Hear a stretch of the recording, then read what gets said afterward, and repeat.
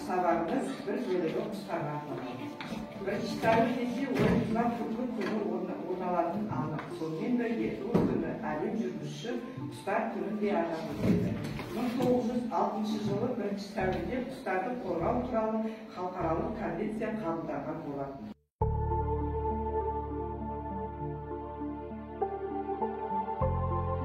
Қорғаймын, мені қалай қорғайсың? Анам мені көк құшып, жемін іздеп кет тұшып, енді қашан келеді, жемін қашан береді?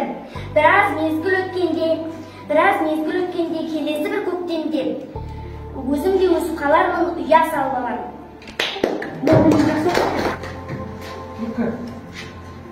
Кедір құшып қалықтаған, құртудан зиян кесті жалықпаған, үкіші үлпілдеген киелі деп бұрыннан ақ адамдар тағып алды.